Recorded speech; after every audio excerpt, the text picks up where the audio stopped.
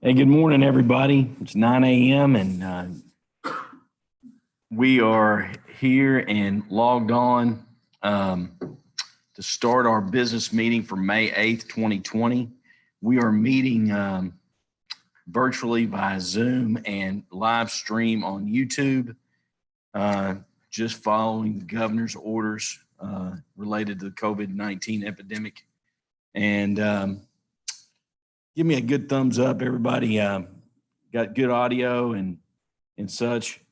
Appreciate your flexibility being here. And what I'd like to ask to start our business meeting, everybody's muted right now. So I'm going to ask Stacy Hamilton to call the roll so that the record can reflect who is in attendance. Mr. Hostetler? Here. Mr. Lyons? Here. Mr. Wallace? Here. Mr. Corman? Present. Mr. Ellison? Present. Mr. Burke? Here. Mr. Livingston? Here. Mr. Marshall? Judge Covington? Here. We are here on Friday morning. As I said, appreciate your flexibility, and we've got a lot of business to attend to, and appreciate your time. With that said, I would like to ask you to join me in the Pledge of Allegiance virtually, but I think it's something important to do. So if you do that at this time, it'd be awesome. I pledge allegiance to the flag of the United States of America and to the republic for which it stands, one nation, under God, indivisible, with liberty and justice for all. Appreciate that. The first item on our agenda is approving the minutes from our previous meeting. Those were in your packet. Any questions or comments in regards to those minutes? Motion to approve. We have a motion. Second. And we have a second.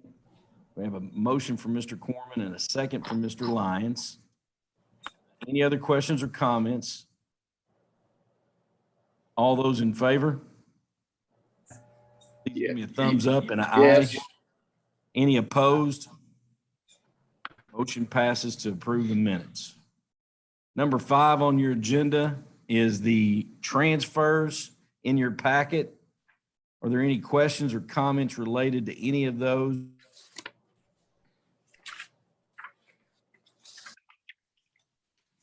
Motion for approval.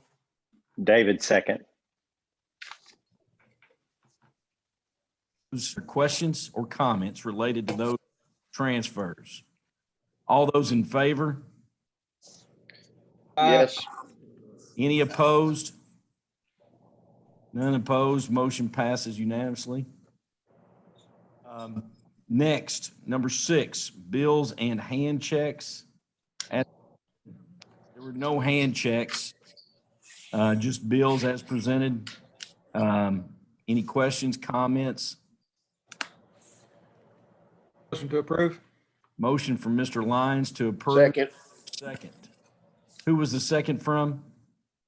Mr. Hostetler? Yes. Okay. Yes.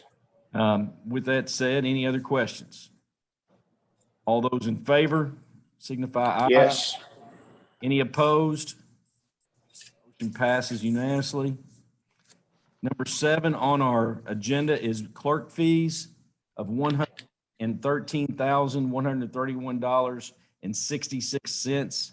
Let the record reflect that those were presented to the.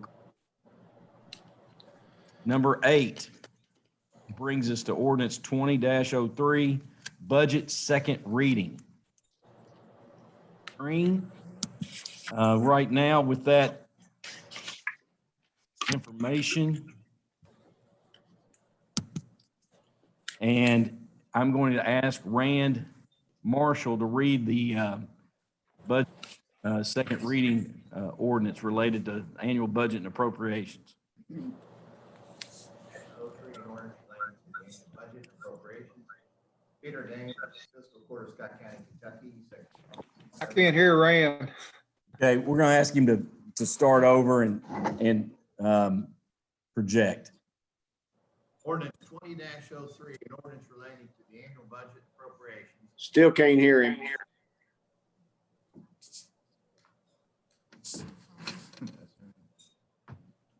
Ordinance number.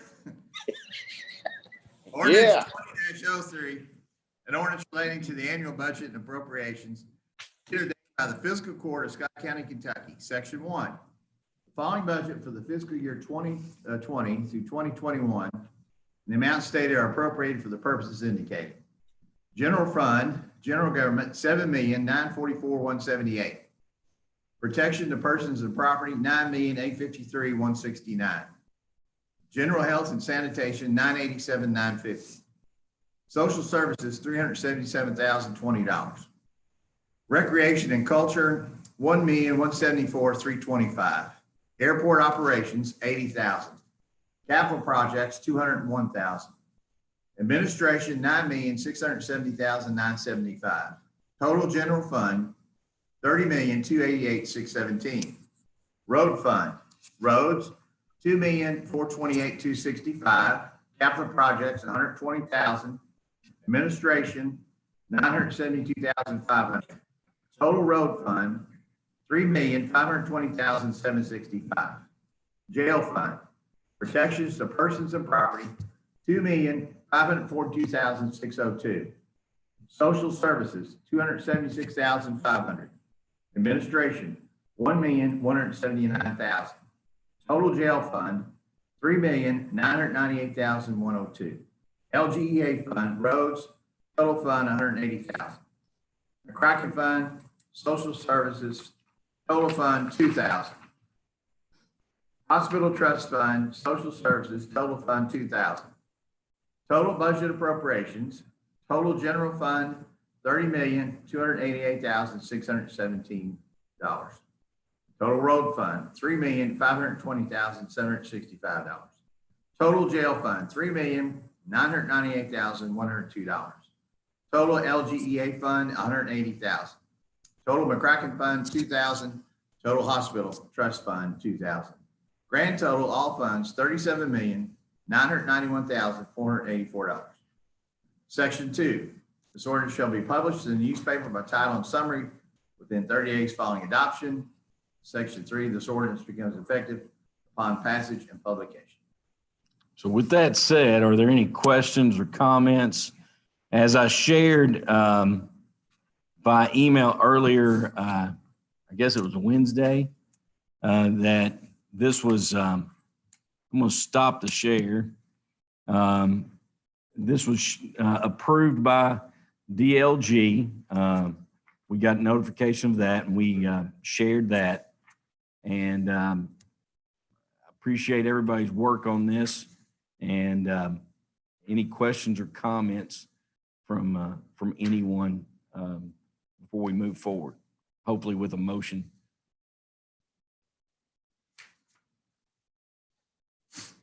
I'm trying to get off mute. My question was going to be about paying to the interlocals and the other entities that we fund with regards to on more of a quarterly or basis, as opposed to fronting all that money up at the beginning. Are you talking about to planning and zoning and to parks and recreation? Whoever that we have typically fronted the entire fund up front. Those are the only two. Those are the only. Okay. But then that I'm talking about planning and zoning and parks and recreation. What would you, we're approving monies to be allocated, not necessarily a timeline for disbursement. And I can talk with both entities about when they need disbursement for, just for operational purposes. But what we're approving is the allocation, not the disbursement. Right. Last week when we discussed this, I'd asked for if we could get some clarification, if we could do that instead of paying it all up front, because if there are operations that stay closed, there may be money that's not needed to be paid. going forward if we have a resurgence or we re-enter what we're going into now. I'd like for the county to have the opportunity to hold on to some of that money if needed. So, David, can you hear me?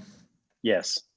What we did 2 years ago, because of the way it had to be spent in George's final year, we allocated 50% in July and 50% 6 months later. And that they were okay with that. I don't know about quarterly, how they could operate. Okay. Would you be satisfied with that model if that would work for them? I would. I just, it all depends on the rest of the court. Well, My only concern is it's hard enough to know your budget. Just as long as, I guess, that we're still guaranteeing that money's there when they need it, that it's not going to be something we pull back if they're in operation type of deal and we're hurting or something. It's hard to budget on one number and then change it up mid-year or something like that. But I get what David's saying. Is there a way though that if they, I guess we could catch them on the back end for next year. Hey, we gave you this money this year, year one. You only spent half of it because of being closed down or whatever. So year two, we're cutting your funding in half or something like that. You adjust it on the second year of the budget versus the year. I don't know. It just, I know budgeting is tough when you're only getting partial pieces of it. Well, I think it would only be an emergency situation that we didn't fully fund them. So we were kind of talking about worst case scenario, but I'm not in the mindset that I like the situation where we give an entity $1 million up front that we really virtually have no control over anyway.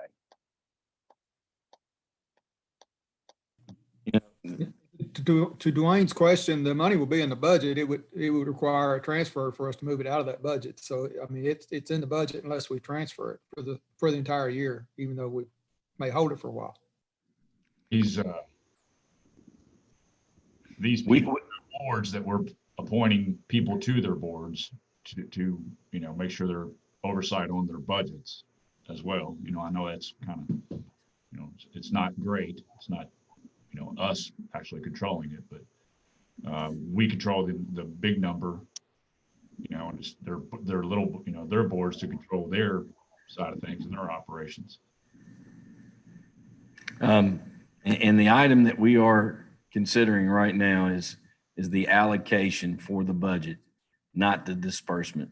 And if there's been a model in the past where,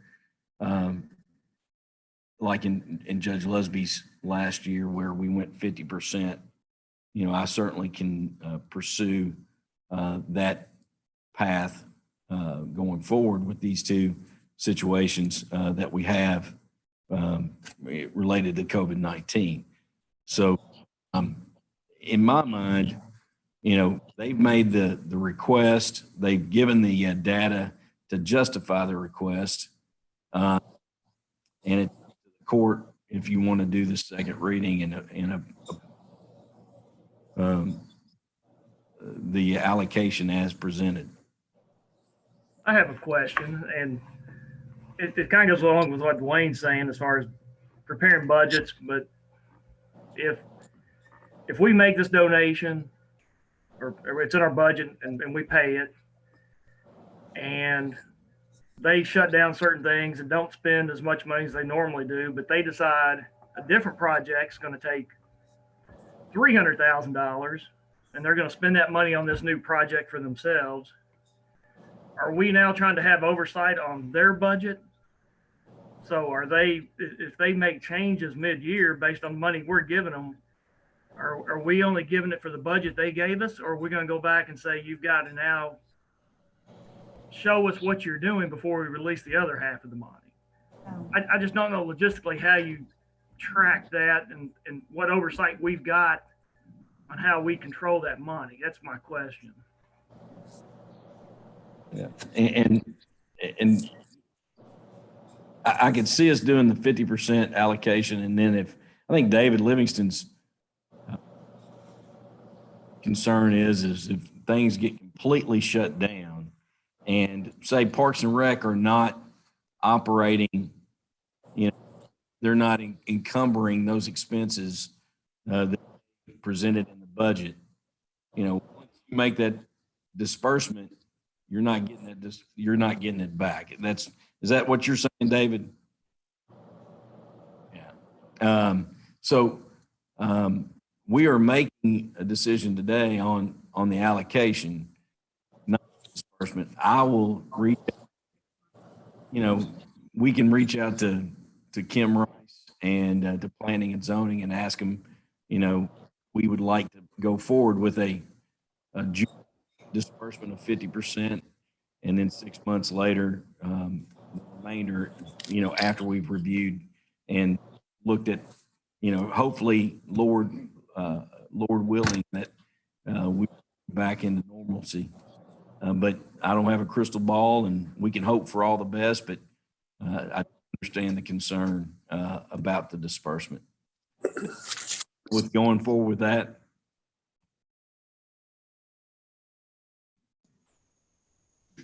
I'll make a motion to accept the budget as presented. Do we already have a motion? So Did we? I thought we already had a motion. I'll second it. Alvin, did you make the motion? Yes, I did. All right, so Alvin made a motion. We've got a second from Dwayne. Any other questions or comments? I think we've addressed the disbursement question. I'm going to say one more thing. Typically we don't give that full amount anyway. Once the city approves their budget, we'll match their number. So we'll actually be putting money back in our reserve for transfer from these lines. So if the city's allocation does not match ours, we do not disperse it. We match that allocation is what Stacy's sharing. So that's one other piece of consideration as well. Any other questions or comments? We've got a motion by Mr. Lyons and a second by Mr. Ellison. Any other questions, comments? All those in favor? Mr. Rand Marshall is recommending a roll call vote.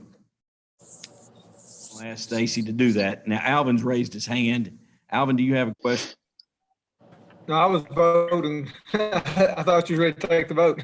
Okay, so Stacy's going to do a roll call vote. Go ahead, Stacy. Mr. Hodge? Yes. Mr. Lyons? Yes. Mr. Wallace? Yes. Mr. Corman? Yes. Mr. Ellison? Yes. Mr. Burke? Yes. Mr. Burke, he's giving us the thumbs up. Okay. Mr. Livingston? Yes. Judge Covington? Yes. So the budget is now past second reading, and I appreciate your all's efforts, and we'll follow up on the disbursement. Leads us down to number 9, Resolution 20-06.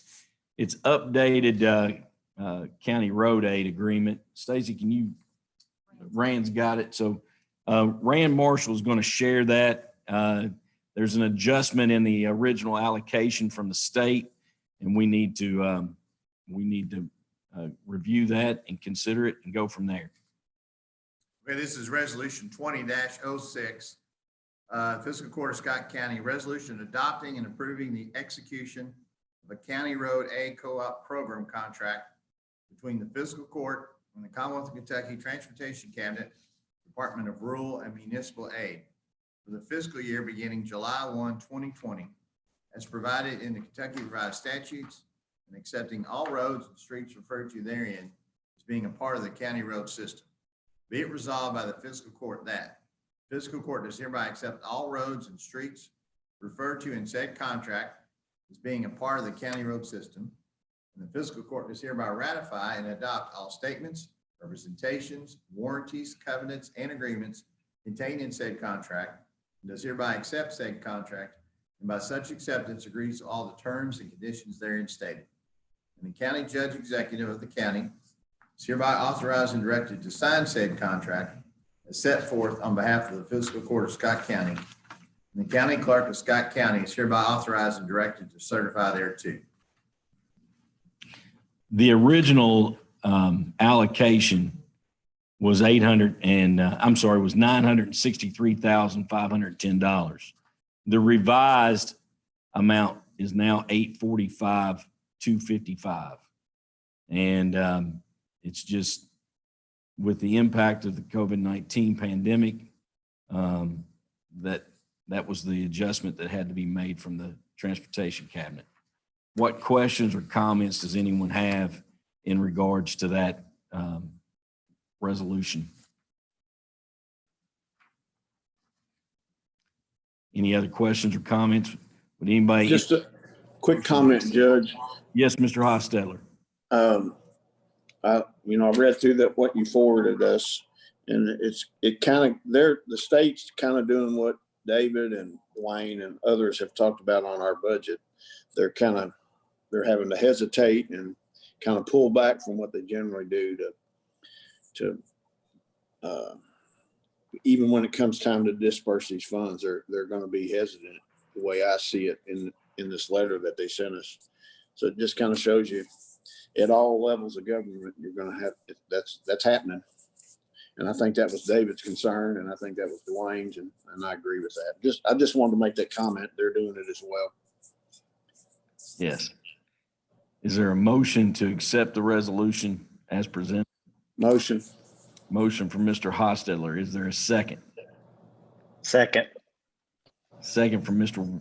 Wallace, I believe. No, please, no. Oh, no, David. All right. My apologies, Mr. Livingston and Mr. Wallace. Yeah. We have Apology that. accepted. We have that motion. We have that second. Any other questions or discussion on resolution 20-06, updated county road? All those in favor? Yes. Any opposed? No opposed. Motion passes unanimously. Judge, Yes, sir. Judge, I have a question that related to that. It doesn't, not directly the resolution, but has the road swaps that we agreed to do with the state, has the funding it's caused any issues with those? Are they still gonna go forward like we I were told? believe nobody's notified me that there's any change, and we were waiting on to finalize all that once they upgrades and the repairs, with the asphalt plants opening up and such. And I've not heard anything make me believe that there would be any change in that. So I'll let the court know if I do. I am still optimistic on the Kentucky 32 and the new bypass, the roundabout proposal. But until I have a agreement in my hand, I'm not going to say that's been approved and moving forward. But I am optimistic that it is, and indications that it will move forward. But until that agreement's on my desk, I'm not going to say, hey, it's done going forward. Any other questions related to roads in that respect? With that said, I'm going to move down to number 10, Fire Department Grant, Safer Grant Application. Chief Fuller is on the call as well. But as we've discussed and talked about, one issue that I want the court to be aware of that we continue to work on, and I have called Andy Barr's office and intend to call Senator McConnell's office for assistance. Before you can even apply for the grant, you have to have a SAM number. And we have done everything in our power to get that. The application's been submitted, but because of the COVID-19, there is a backlog of processing. And we've even asked if there will be an extension because of this backlog in itself. So if the court approves applying for the grant for consideration. And if we don't get that SAFER grant and they don't extend the deadline, it could all be for naught. But in my opinion, we're doing our due diligence by investigating this opportunity to use federal dollars towards our, staffing on this grant proposal. And we've looked at it. I've shared data with you. I have instructed and met with Chief Fuller and the fire department administration's intentionally scheduling a part-time employee per shift, anticipating vacancies. And if the vacancy's not needed, then they're going to call them off. But doing that intentionally to try to impact overtime hours is a thing that's not been done in the past. What questions or discussion does anyone have in regards to the consideration for allowing the application for the grant to be made, and the responsibilities and the requirements are for the court are that the first 2 years the court's responsible for 25% of the expenditure towards the staffing, and then the third year that goes up to 65%, I believe. And then, of course, after the third year, the court would be responsible for that staffing 100%. That's the way it works. That's my understanding of it. Chief Fuller, do you have any comments on the SAFER grant?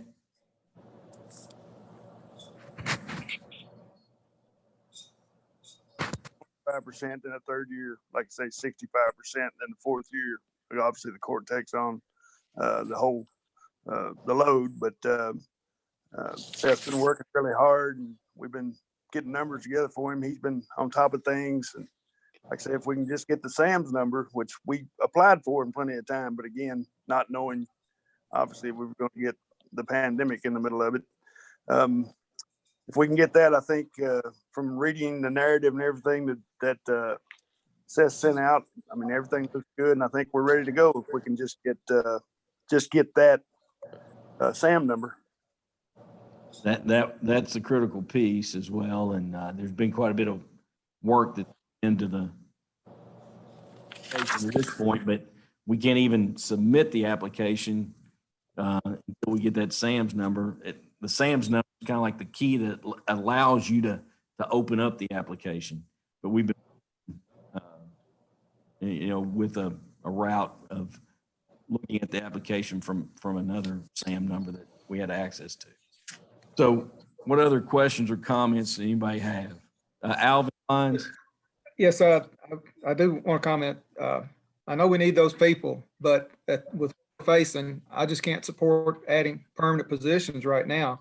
If you look back at the bottom line of that budget we approved, we're going to eat up about $13 million of reserves in this next year. Hopefully it's not bad, but that's what we're looking at, and we don't know what the next year is going to hold.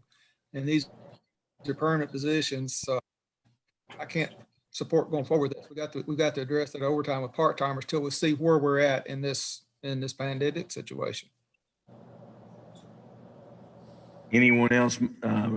Certainly, I respect that opinion, and as you and I discussed, looking at what we've communicated, but extended the deadline for the application, just the opportunity to add, in my opinion, what are needed staff that would offset needs at the department on 25 cents on the dollar for the first 2 years. In my opinion, it makes the difference in making the application. I certainly respect you and understand where that's coming from. Hey, Judge, you and I have talked about this, and my concern is we added people last year, yet overtime still is apparently through the roof. In the private sector, when they say cut overtime, when they say cut hours, it happens. We figure out a way to make it happen. And if we add 3 people and overtime doesn't come down, and we've got this list of part-timers and overtime doesn't come down, what are the, I mean, I know you can't make a guarantee because we don't know what may happen out in the public, and what they have to respond to and runs and all that. But what assurances do we get that there will be overtime corrections going forward? Because that was part of the reason of adding those 3 previously. You know, what I've shared is intentionally scheduling part-timers. You look at the staffing, 2,200 Cincinnati Pike, you have a battalion, captain, lieutenant, and 3 firefighters. At the other 3 stations, you have a lieutenant and 2 firefighters, and that's shift. Then you have the same on shift 2 and the same on shift 3. That would be the full staffing level.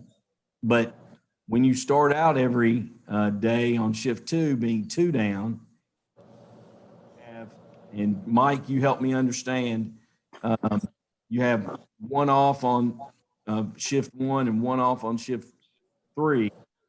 And then you couple that in with people that are sick or taking care of family or on vacation. Yeah, on one of our shifts, we're down 2, which puts us at 13, which is our minimum staffing. And we're down 2, they're non-work related injuries, but they are long time lost. So they've been off. One of them may be back in June, and we don't still know about the other one. But one of them's been off since, I think, October, September of last year. Again, that puts us at our minimum staffing every day. And, you know, and then, like I say, on the other 2 shifts, you have somebody off, you get somebody sick, we're at minimum staffing. You know, if we can't get somebody to work part-time, then in order to keep 3 bodies on the truck, we have to work overtime. Again, we are scheduling overtime, and this is the first pay period where we'll see that's going on. Today is the shift where we have the 2 off, so we're at 13 to start with, and we are staffed today with part-time, as we have been the rest of the week. We also, in a step that I didn't particularly want to do, we moved our training captain, who has not got anybody in training right now. We moved him back to a 56-hour week on that shift hurting, so they would have a body, an extra body or another body in the spot. Again, we would want to move him back as soon as we could if we can get everybody healthy and back. But that's what we're facing right now.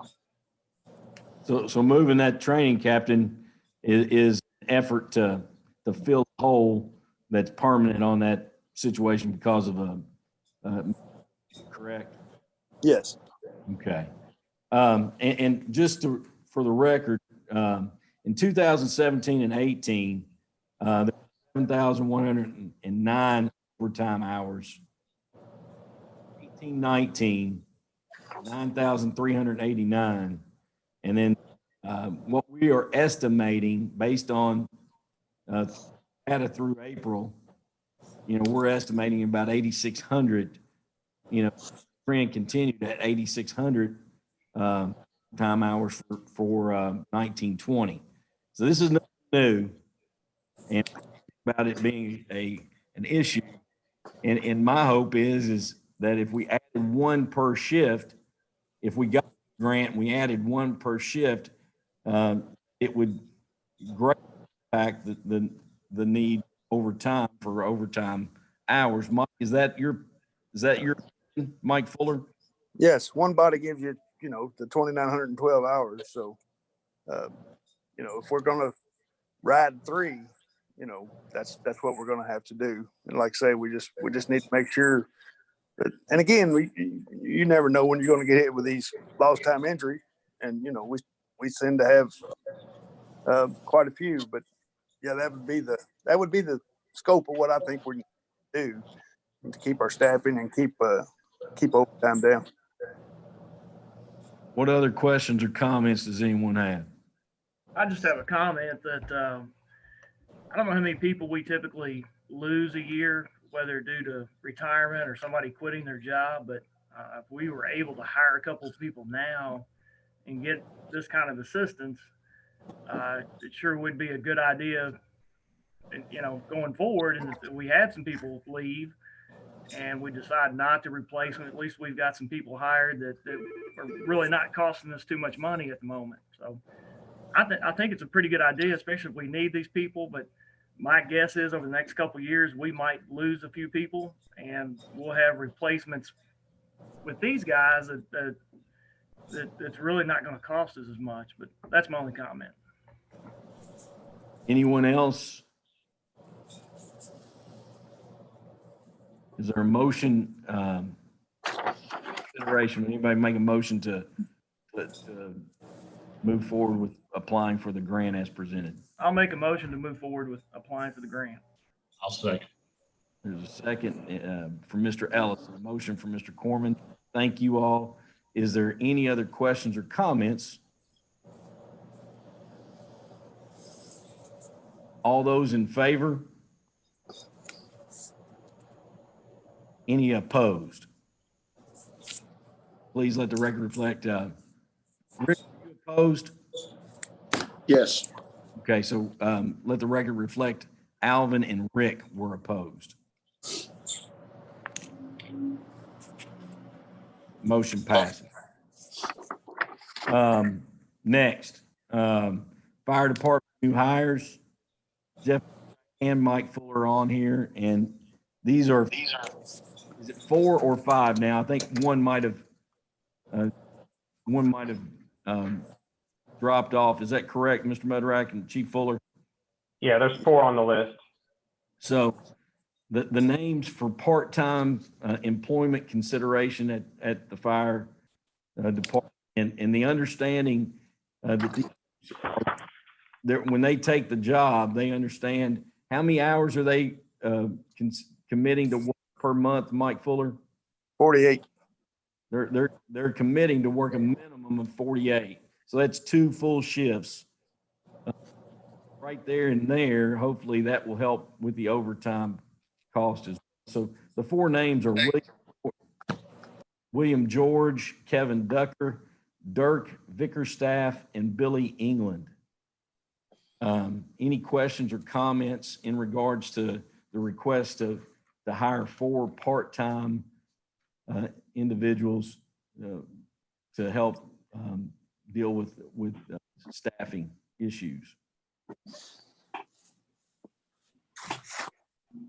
Motion for approval. Motion from Mr. Wallace, Second. second from Mr. Lyons. Jeff Mudrack, there's a question from Rand Marshall. Is there hourly pay set? Yeah, it's $10 an hour. $10 an hour. That's good to have it on the record. So we've got a motion. We have a second. Any other questions or comments? All in favor? Yes. Any opposed? Motion passes. Thank you all very much. Number 12 is coroner new hire. And this is an unpaid position. Stacy's handling it. Stacy's, John Goble submitted bond paperwork and oath of Michael Hennigan as an unpaid coroner. And that is what is up for consideration. Any questions in regards to that request from our coroner, Mr. Goble? There are no Just a question. conflicts of the oath. I sent an email to Rich Ornstein. David, did I forward that to you? Judge, I don't remember. You may have. He did not believe there was any conflicts, and I can share that. I don't believe Mike Hennigan, it's an unpaid position that will serve as deputy coroner, and I'm happy to share that email from Rich. It's one of those ones that say, well, there's nowhere that says you can, but there's nowhere that says you can't. Does everybody follow that? Mm-hmm. I mean, it is what it is. But I did email Rich to get input on that, and that's the input I got back. So with that said, anyone have any other questions or comments? Is there a motion on the floor? Motion from Mr. Livingston. I think he was muted, but he raised his hand. Anyone else with a second? Second. A second from Mr. Hostetler. Any other questions or comments? All those in favor? Aye. Yes. Any opposed? None opposed. Motion passes for the request from Mr. Goebel. Now, number 13, there are 5 separate bids that I'm going to have for your consideration that's been advertised appropriately. My question to Mr. Marshall is, do we need to do these individually or can we do them collectively? I would say. All right. The first one then we will do individually is the barn rental at the reservoir property. And J.R. Brandenburg is on the call as well.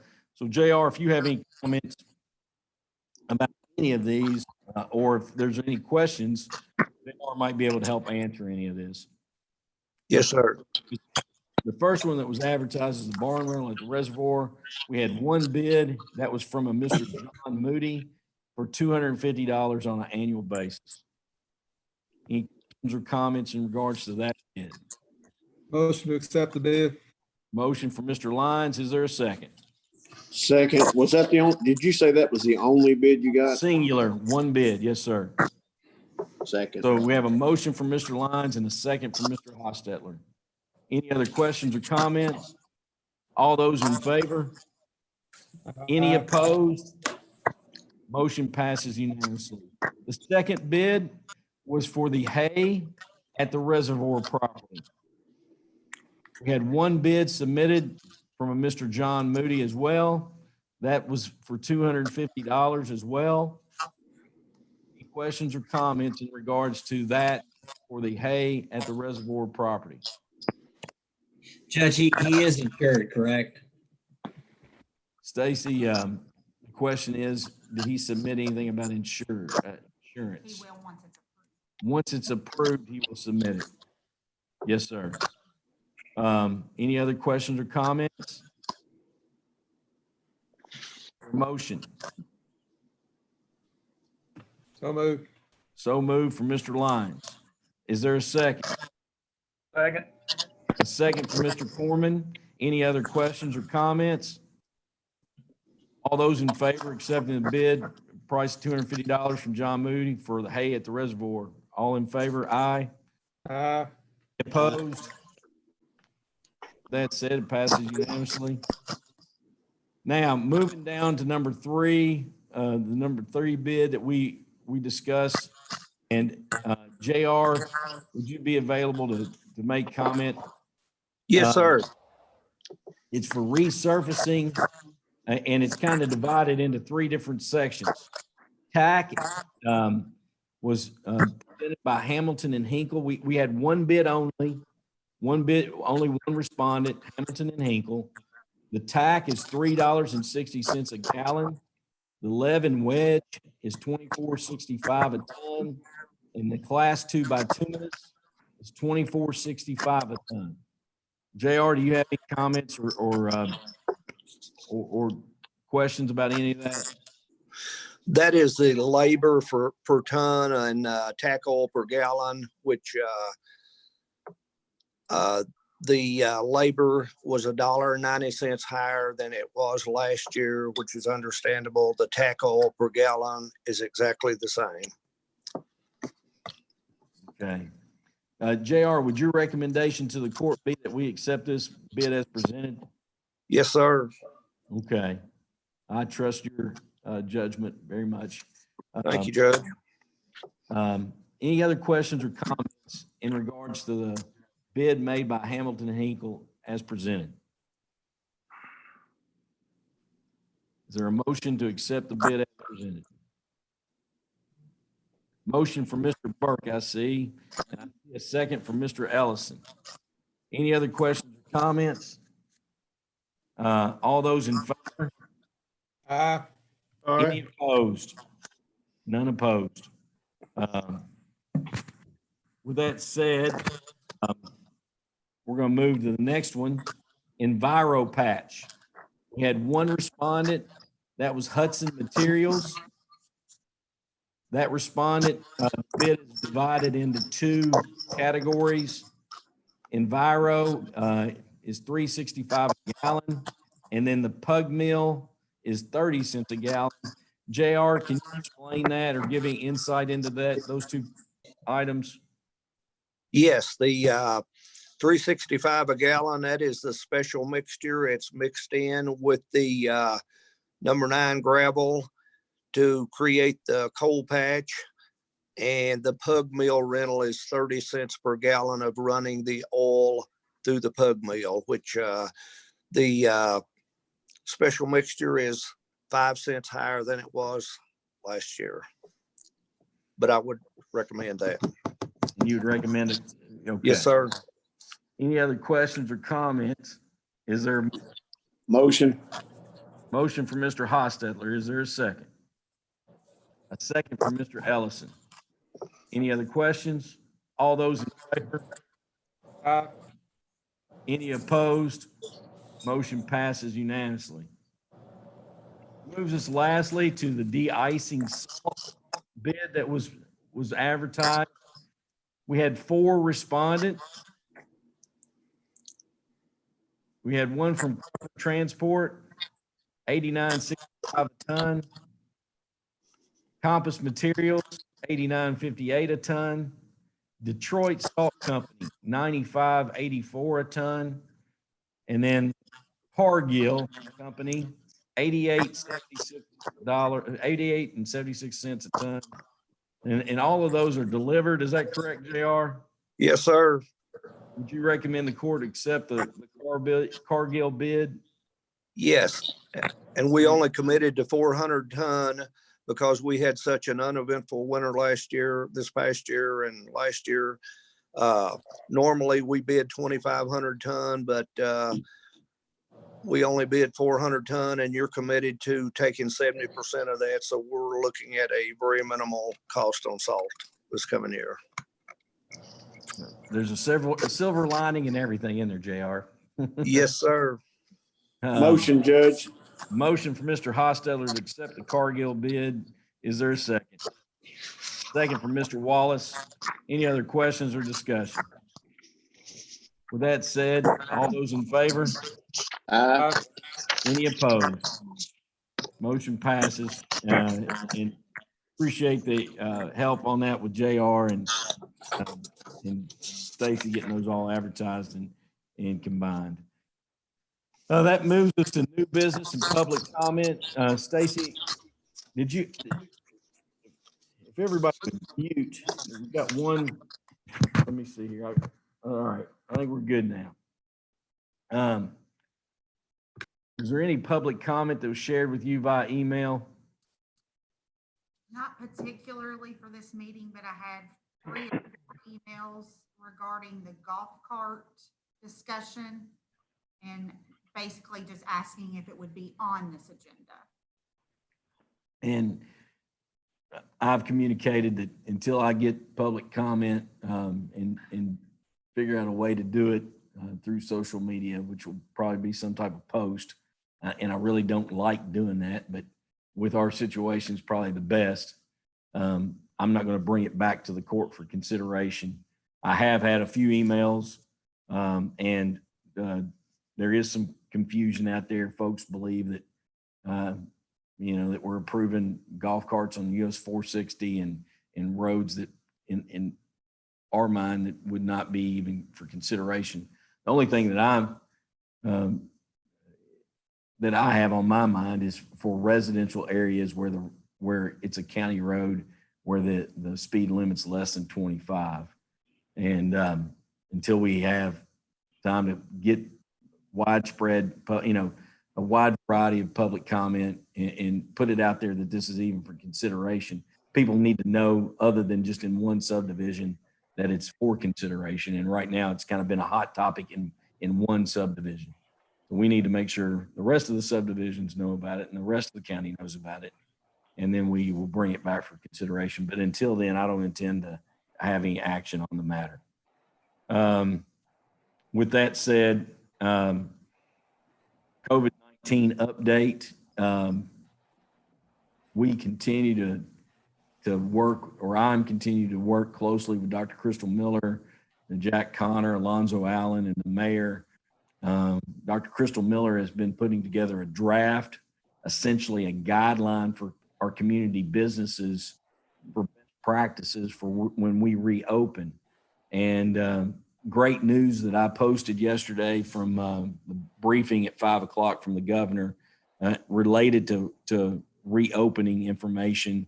And I posted it last night, and I'm going to try to pull it up here so I don't get it wrong. But you know, when we're talking about reopening restaurants at 33% capacity plus any outdoor seating, that would be on May 22nd. June 1st, movie theaters and fitness centers. June 11th, campgrounds. June 15th, child care, youth sports, low touch and outdoors. So, you know, these are items that have been, you know, a schedule's been set, and I'm excited that a schedule's been set for us to gradually return to some normalcy. And, but we're doing a lot of work in the background with Dr. Miller and folks that, so we can communicate to our business communities about safe practices and about, you know, taking those precautions so that we don't land back in the same situation that we are now. And you know, hopefully we don't have a spike after we, you know, start returning to normalcy. But I know our community wants to be moving in this direction, but I know we have to do it in a safe manner. And I for one, are optimistic that we're moving in that direction.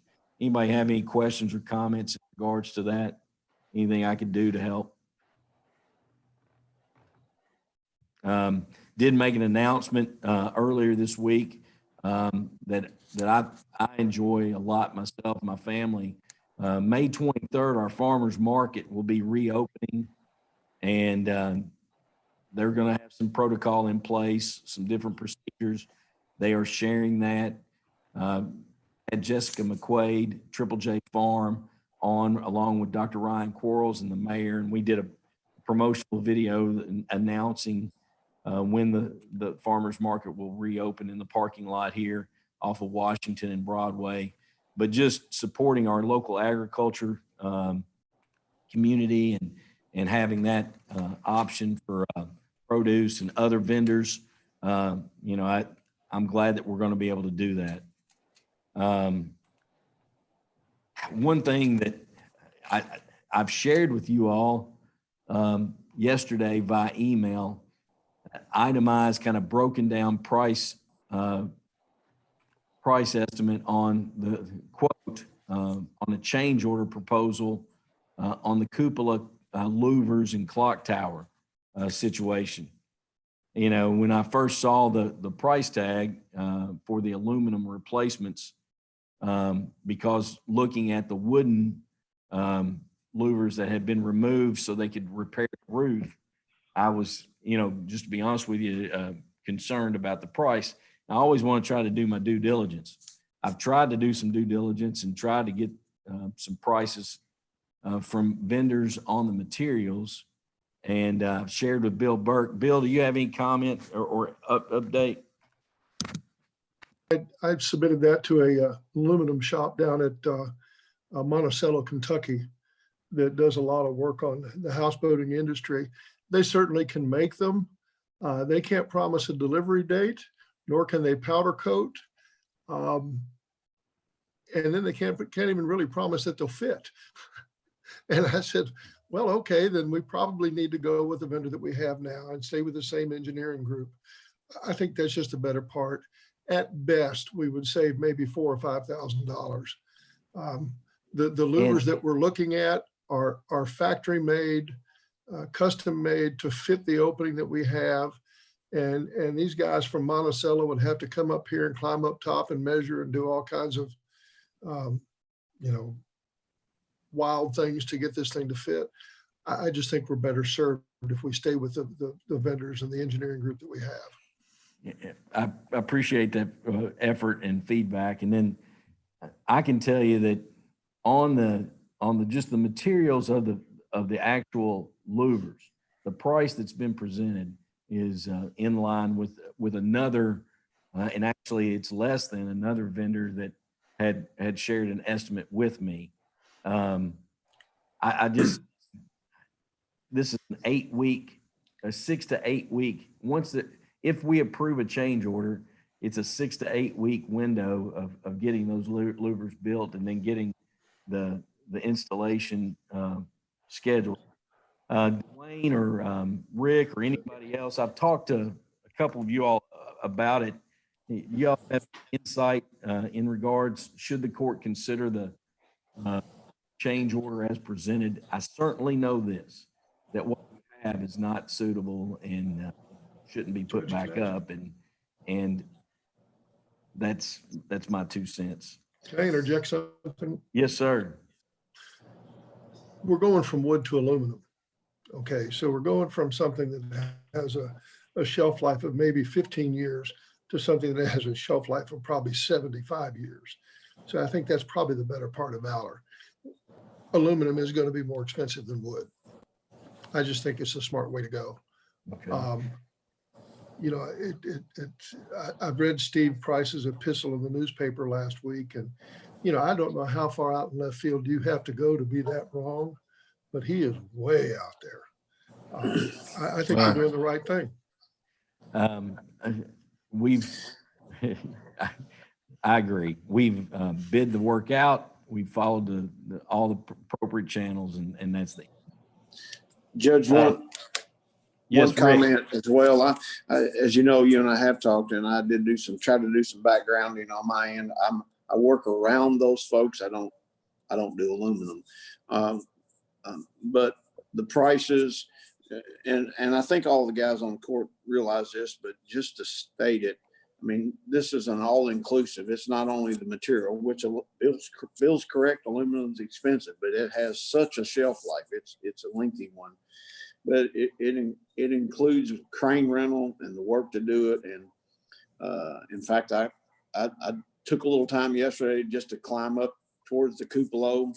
I didn't even quite make it all the way. There's a lot going on there to get this thing. There's a lot of parts and pieces that are in that price. So from what I could determine talking to guys and that do that kind of work, it's pretty much in line. Is there a motion on the, Dwayne, go ahead. The only thing, I mean, I think you're kind of stuck at this point anyway. I mean, when you have a change order, you're going to pay more. I mean, it's just bottom line. They've got you. I don't really like the prices, but if you fight with them on every dollar, you might get them down 5,000 in the whole project, and it's probably not worth 6 to 8 weeks and then try to figure out who's going to do it for a little bit less. The only thing I would has the engineering people, have they reviewed that in a way to where, because like when I have change orders, I have architects and engineers that review it and make sure that it's in line with what they estimate it to be. Yes. That's a good point. And I didn't bring that to Tim Murphy, or the architect on the project. Yeah. He confirmed that he felt like that was in line and an appropriate price. Is there a motion? Does someone want to entertain a motion to? I'll make the motion, Judge. A proposal. So we got a motion from Mr. Burke. I'd also like to add too that this price includes dry powder coating. Yeah. Which is going to last and it'll 30 be years color anyway. matched. Yeah. Is there a second? Second from Mr. Wallace. Any other questions or comments? All those in favor? Any opposed? Yes. I'm sorry, I didn't hear. Mr. Hostetter, were you opposed? No. I was saying yes. Okay. So we have unanimous approval and there's none opposed. Okay. We just make sure we got that straight for the record. With that said, we have one other matter that I'm aware of, and then we'll ask the court for any matters. Jeff Mudrack and I've been discussing, and we've shared this via email. I'll let Jeff describe the situation and talk through the situation. Rand is here as well to discuss any questions that might be in relation to this situation as well. Thank you, Judge. Yeah, we have a employee who is off on leave right now, and we anticipated he'd be back sooner, but it looks like he's now anticipating not to return to work until June 1st. And of course, then trying to navigate the policy, it can be approved by the executive authority, who is Judge Covington in this case.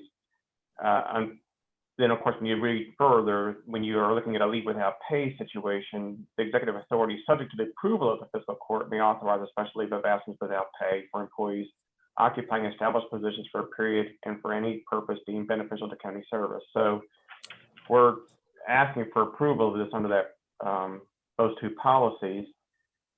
The thing is, this involves a person with their personal health condition for a non-work related situation, and for that reason, I don't think it's appropriate to bring up the person's name or title or health status in an open meeting. So what and I know we were struggling with, trying to still do the Zoom meeting, and then also. And let me interrupt you, Jeff, for a second. Yeah. So Rand said we could go into session, but to be honest with you all, I'm serving as IT director, and to be able to stop the broadcast and restart the broadcast and the live stream, it's not the easiest of feats. And with that said, I believe we could, if you have any other questions or comments, please know that I'm here to listen. But it is my recommendation that the court approve the health-related leave without for the individual, and the individual to return to work on June 1st. It is what I'll make it that is. as a motion, Judge. All right. Is there a second? A second from Mr. Burke. Any other questions or comments? All those in favor? Yes. Any opposed? None opposed, motion passes. Appreciate that consideration.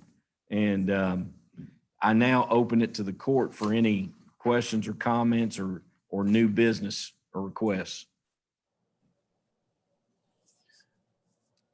Judge, where are we at on Midway Road? Have you talked to the Transportation Department about the transition? Yes, I have. I've spoken to Kelly Baker and just waiting them. Okay.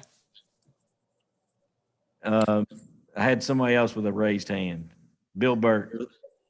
Judges, I don't know if this is the place to do it, or if we have to go into executive session, or if you can write us an epistle and tell us where we stand on the landfill, who's doing what. We were told last September that the administrative judge in Frankfurt was ready to make a decision, was going to wait till after the election. And here we are in May, and we haven't heard anything. I'd just like to know what I the understand, status and I is. share your same sentiments. The court, I don't have the date right here in front of me, but late November, the court approved that we go forward with filing declaratory judgment, trying to answer questions that we have in regards to what are we financially and legally responsible to Central Kentucky Landfill past their current permitted capacity.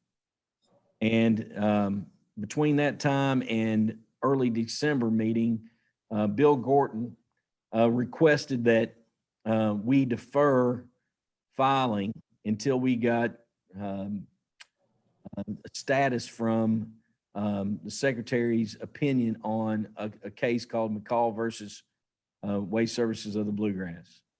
We deferred doing that.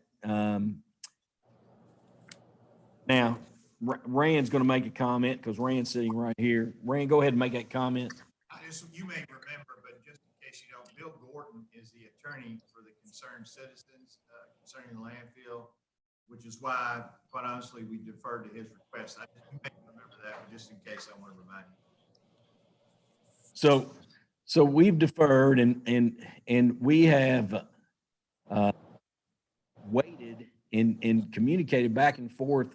We have sent another letter to the secretary's office. We have a new secretary, Ms. Goodman, and she has issued I guess, a ruling, and that ruling reflects that the landfill has to go back and start the permitting process from the beginning. And I'd ask Rand to share any comment that he has on that as well. But it's Rand's recommendation, and I believe, well, I know Tom Fitzgerald's recommendation that, you know, we need to wait until we get that actual letter. And the letter will go to the people involved in the hearing, but we can request that via open records, and that will direct where we go next. We continue to have conversations with the estate and Tom Fitzgerald as well. And we're also still in the process of considering amending the solid waste management plan. And one of the options that are available to the court to consider once we get to the point in time feels like we need to make that consideration, move forward with all the information we need is, you know, do you want to leave the solid waste management plan as it is, or do you want to adjust the solid waste that's coming in from out of the county? Do you want to reduce it? You want to eliminate it? And those are questions the court will have to answer, but I'm deferring and following the guidance of Tom Fitzgerald on that. I do think very close to getting the letter from the secretary in regards to the hearing officer's opinion permit and where we go from there. Rand, do you have anything else to add to that? The only thing I'd add is, you know, we've asked for a little clarification on the rule. And Fitz could explain this much better than I, but I think our position is on the ruling, it would require them going back to the very beginning and local determination, which means us and the citizens having input. I think Fitz believes that's required.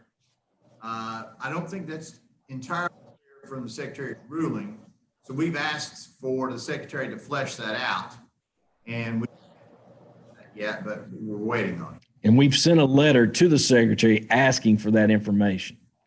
And even made an attempt, I've made 3 attempts to have a conversation over the phone with the secretary. And after my last attempt, I was told I'd receive in writing after this information be shared. So that I was not afforded the opportunity to speak to the secretary myself. So with that said, what other questions? I hope that helps you, Bill. I have just one other thing to interject. Where do we stand on them selling the landfill? You know, they asked us not to do a lot of things because, you know, they were in negotiations or. Bill, I'm gonna ask you to, you know, that matter is not something that we can control, so we I understand. comment on it. Okay. What other aspects that anybody else have?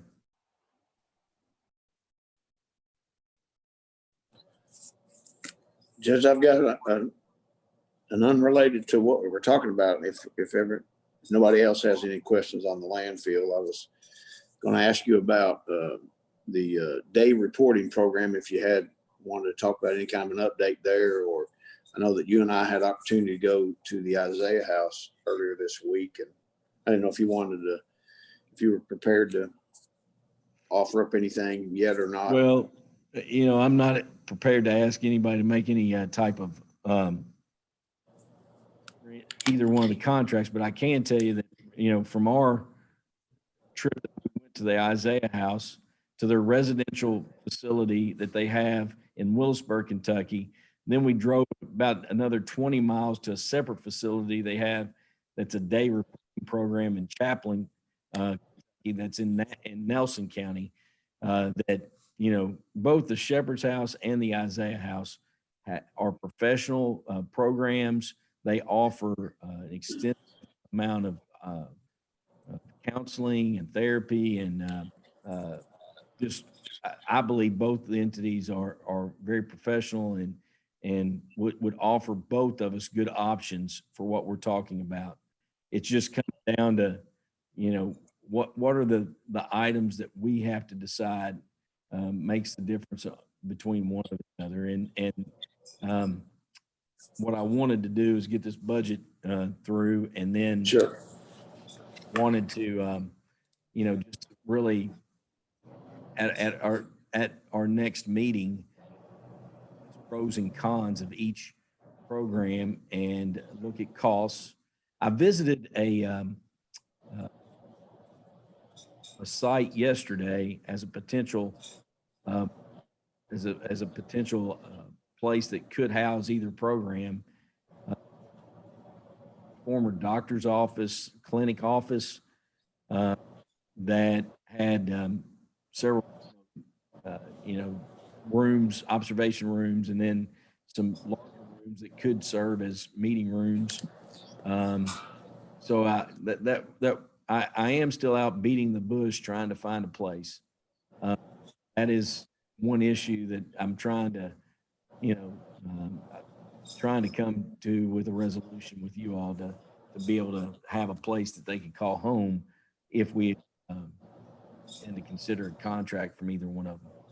So still working on that. Okay. I went to was decent. Okay. Well, yeah, Any other questions? Any other comments? Is there a motion? Is there a motion to adjourn? Motion. Motion. Motion from Mr. Hostetler, a second from Mr. Corman. Any other questions or comments? All those in favor of adjournment, thank you. Safe. We'll be in touch. If you need anything, we're here at the courthouse. Thank you all.